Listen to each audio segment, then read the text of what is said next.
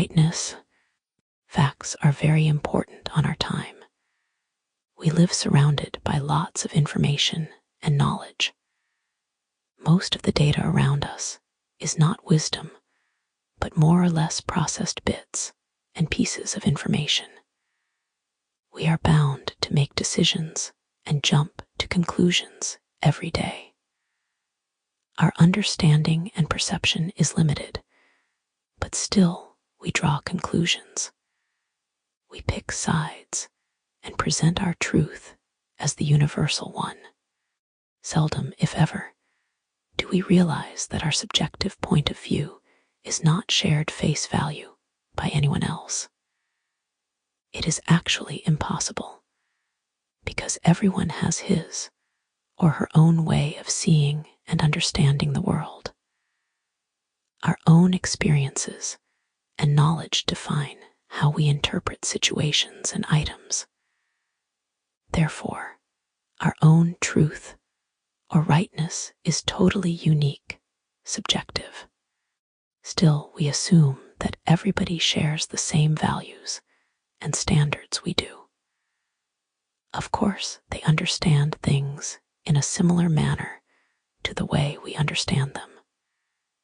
It is so obvious.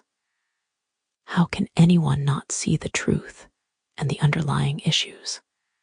This is why it is so easy to say that something is right or wrong. We assume things that do not exist.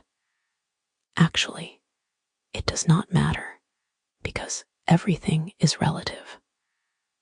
What changes and defines the value weighting are the assumptions out of which the relative judgment is made. These we cannot explicitly define and describe to others. They are embedded in us. If only everybody had the same assumptions and objective facts of the situations and issues, then we could consider making value calls. This is not possible, and therefore, the world is full of chaos and blaming. Everybody is right and wrong at the same time, only in their subjective way. There is no objective absolute truth from which to validate the real standing point. Rightness is built deep inside us. We need to manifest our excellence and cleverness. We want to demonstrate our capabilities and knowledge. It is important to us to show that we have acknowledged and understood the issue. We want to gain acceptance and recognition from others. Rightness is a very common and often hidden way of achieving this. Seldom is it about the issues themselves. They are just the means for the actual business of getting self-satisfaction.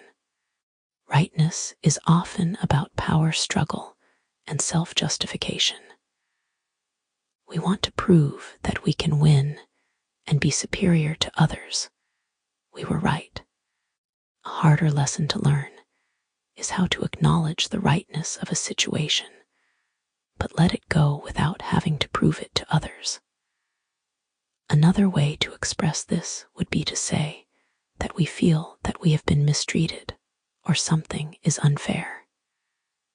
In the situation, we did not have a chance to prove ourselves and show what we regarded as the right thing or proper solution. They may regard us as weak or stupid because we did not claim our position and or stand up for ourselves. Few of us have the guts and the wisdom to give way. The wise do not have to prove anything. Being right itself serves no purpose. It is totally useless and a waste of resources and energy. Why bother with something we already know? Wouldn't it be better to focus on more important issues that bear real significance? Next time you have an inner urge to be right, consider why you are about to act the way you intend to act. Is it purely to achieve the objective, or rather, to prove yourself? To be right, to be wrong, and just to be. What is the right way?